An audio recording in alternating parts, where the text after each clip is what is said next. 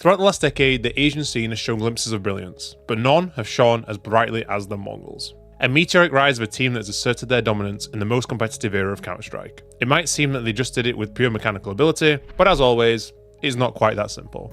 My goal here is to highlight the qualities that will make them special, but also to point out areas where they definitely still show some inexperience. The first thing that jumped out to me during my analysis was their tendency to use lurks even when it was clearly not a part of a set strategy. But let's quickly define as to what I perceive a lurker to be in these examples to avoid any confusion. A crude example would be on the recently replaced map Vertigo. Let's imagine that 3 Ts are grouped towards the A bomb site. There is one towards middle, and there's one towards B. These 2 solo players simply have the options to walk out dry and search for a kill themselves, and they'll try to time it shortly after the group of 3 are spotted, in an attempt to force their counterpart to rotate away or simply lose focus. This is often done to stretch defenses and find advantageous shuttles for the best lurk players. For the Mongols, there are multiple great examples of them doing just this, the first one being from a normal mid default on Mirage. They place Blitz into the window, Senzu into ladder, and then they explode B with 3 players and 2 lurkers who both manage to create total chaos and swarm the bomb site from all positions. Even in rounds where it doesn't work out, we can see that they understand the immense value of a well-timed lurk. Even times where they clearly start out a round with no intention of having any lurkers, they are ready to capitalise on any lurking opportunities if they see any. A good example of this is in this round, where they start out with no lurkers, instead focusing 2 A players to play off the contact of their 3 teammates on middle. When Blitz finds a kill from the deep ramp, and Senzu sees nobody else at middle, they quickly understand that the CTs are focusing on bomb sites, and that going A right now isn't such a good idea on this timing. So, they reset completely, going 2 middle whilst keeping both an A and a B lurker. And this opens multiple opportunities up for them. For instance, they can just ask one of these players to fake with utility, and the other to walk out and try and find a kill. A second option would be using one of these lurkers as an insurance policy, where they could first fake A and sacrifice their A lurker by making him play aggressively, whilst they would use his diversion to quickly fall back to the fast B split, whilst their B lurker would already be sneaking up ready to capitalise. For time's sake, these are just 2 options of many, but I think you get the point of how such a decision creates space for smart decision making. Their unpredictability is the second feature that I would like to highlight. Along with their tendency to create lurks on T-side in almost any situation, their playstyle itself looks more unstructured rather than some sort of tactical masterpiece. They of course definitely have their rules that govern their defaults, but when you compare it to more structured teams, such as Na'Vi, the differences become apparent. As an example, I'd like to highlight this set round. Firstly, we see Techno taking a huge risk to take the cave space by simply hoping that nobody is holding it. Then comes a slow A fake to burn some utility and bait out rotations, either towards A or into the waiting B attackers. The next step is to group into the 4-man B execute with one of these created lurkers in middle. Again, like we talked about. In this situation, however, Nerds anticipates the lurk, and the afterplant simply falls apart. But this example is an extreme one, showing the nature of how they want to manipulate opponents and force mistakes. On the T sides, they're a heavy default team and exceptionally Pogy. It does seem though that they have an amazing understanding of each other, which I can only attribute to playing a ton of CS together outside of practice, and living together like they have documented in their vlogs previously. These heavy pug rounds with lots of annoying lurkers helps make their set rounds stronger, as teams are slower to rotate due to waiting for lurkers. Even here, against my own team, you can see that we almost do not react at all to their heavy utility at middle and A, due to the heavy expectation of misdirections and lurker timings, as Flammus and Volt stay in their positions whilst the Mongols attempt to split A with no hidden agenda. Of course, I cannot really talk about this lineup without highlighting their mechanical ability. Individually, this team no longer has any weak links.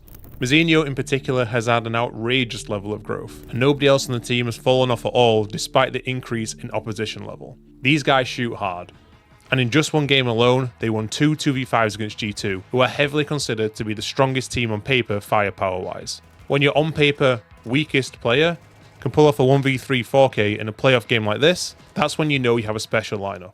And this is not even considering that these moments are becoming more and more frequent as their confidence level increases. Before I talk about some areas where I think they could improve, I want to highlight that this team is made up of 5 younger players with an older coach, and they have learned from the last year of top level experience and have massively improved in every area. There was public criticism of them being too much of a streaky team and not being good enough outside of Asia, and at the time, it was hard to argue, with them having twice as many defeats to non-Asian teams as wins.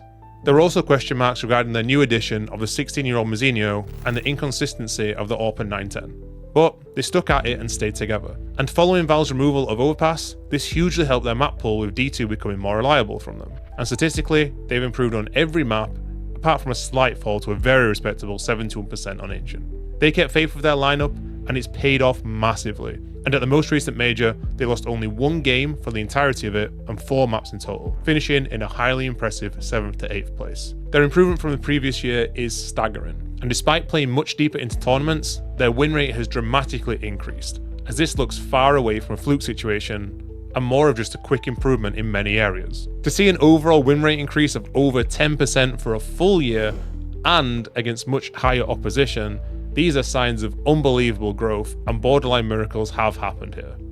But as always, it is not only sunshine and rainbows. When people saw their win streak during the major, many expected them to go all the way, but it seemed everybody got a reality check quite quickly when they got stopped in their first playoff game by MongolZ. Every team is going to have growing pains, and these might become even more apparent when a team is rising at such an astronomical speed. I want to pick out a few things that I expect them to improve in the next season, the first one being their lack of synchronization. This specifically stuck out to me in their game against Mousebots, as such a team will never let such mistakes go unpunished. Here is an example from the Ancient T side. The Heaven area is closely connected with the Elbow one. If both the Mongol players were ready to flash and play either side at the same time, or within a moment of each other, this would be perfect. But it was too slow and it got stopped easily, as the timing window here to make this connection is very short. They also make some completely unsalvageable and unlinked solo plays, like this one here when Senzu makes a hero play through the door, whilst his A player is playing safe, blocking with his Molotov at hut, and while 2 players are trying to bait aggression from Mouse at ramp. Moments like this are highlighting that they aren't quite on the same page. This last example is just some pure total craziness that didn't work out, and this round here against Heroic, where 4 players with no real indication run through the smoke without utility, and hand Nertz the easiest triple kill of his life. This also goes hand in hand with some messy decision making that they sometimes present, like some relatively simple situations turn into a complete mess, like here where they have the 5v3 with the bomb down and continuously push with all 5 players until the round ends without finding a single kill.